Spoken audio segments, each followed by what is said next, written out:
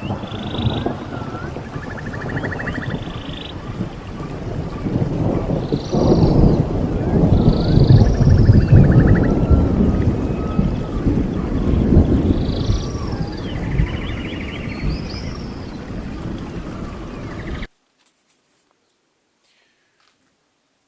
yeah, my peeps. So I almost forgot.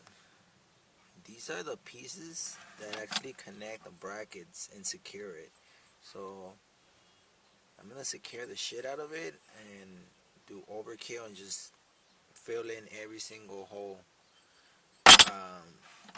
Yeah. So these are just attachments that had these long rails that were attached to the other um, shelves. Because they're like a hallway, so that where you walk in between them.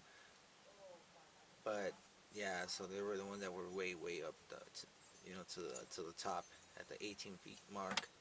So I took all of these that pertain to my rails, and I had an abundance of these. So this whole bag right here, I don't know how many pounds, it's full of these. Then these are the ones that go in the bottom. We had to just bend these, but we could always rebend them back to a 90. But it's full, a full bag of this. It's heaviest. And these are the screws and the washers